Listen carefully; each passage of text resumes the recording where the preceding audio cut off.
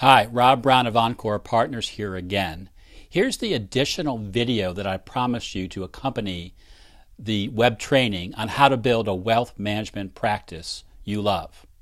You see, I want to share with you a couple of questions that you can ask yourself in advance of the web training, or following the web training, or both, or maybe even many times as part of this overall process of thinking about building that wealth management practice that you love. The first question is, ask yourself, what's occurred in your business over the course of the last 12 months that you're most proud of? It could be 2, 3, 4, 5 things. Write those down. And then ask why. Why did those things matter so much to you?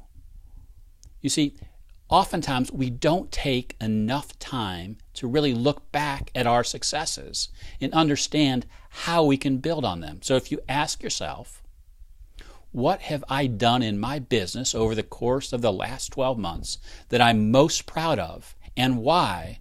You'll have a good foundation for transforming your business, for building that business that you love.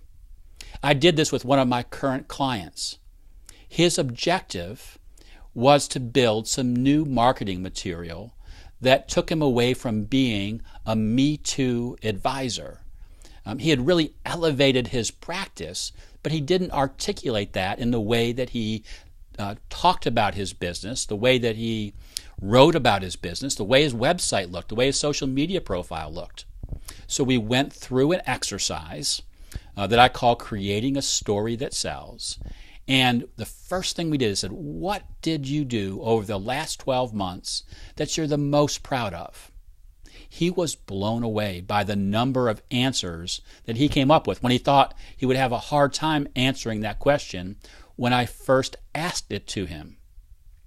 Now he has a handful of answers with the whys, and we've used that to rebuild his website, rebuild his marketing tools, so that whether he's looking for referrals or trying to build leads, he has a great resource. So he's building on something that he's already had success with.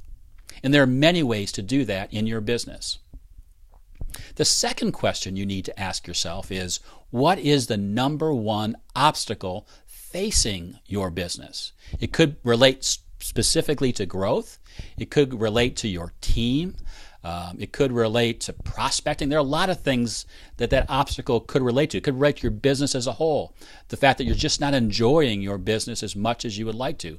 But write that obstacle down and then ask yourself why, and go deep. Think about why that's a challenge. Think about how different your business would be if you tackled that challenge. You really put the resources behind it to really make it happen. Quite often, tackling those challenges doesn't take as much time as you think it will, but you've got to identify that challenge first. You can't solve a problem until you know what it is. I worked with a client a number of years ago who was at a point where he really wanted to slow down the growth of his business in terms of the number of clients that he worked with, but wanted to escalate dramatically the growth of his business. His biggest challenge was he was using the same prospecting systems, actually a referral strategy for years that was doing a good job of bringing in a high dose of unqualified prospects, but that meant he was kind of churning his way through those prospects, figuring out which ones fit or which ones didn't fit, sometimes taking on clients that he really didn't enjoy, that really didn't fit his practice. So his challenge was clearly defining who the clients are that he really likes working with. I call them your ultimate clients.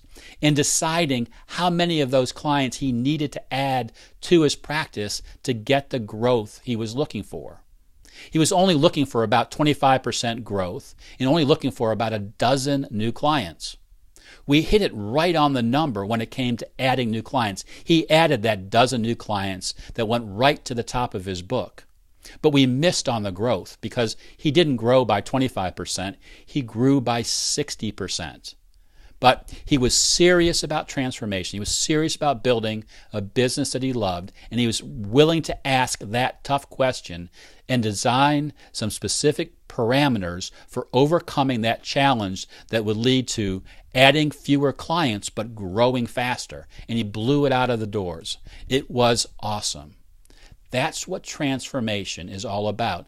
That's what building a business that you love is all about, because you're continuously looking at different aspects of your business, building on your successes, and overcoming those obstacles in a way that you can be proud of. So I hope you listen to this video regularly. Listen to it in conjunction with the web training and the exercises that come out of that. And remember, I want to be your partner in success. I work every day helping the financial advisors that I choose to work with become even more successful at what they do so they have businesses that they love. Maybe you're next.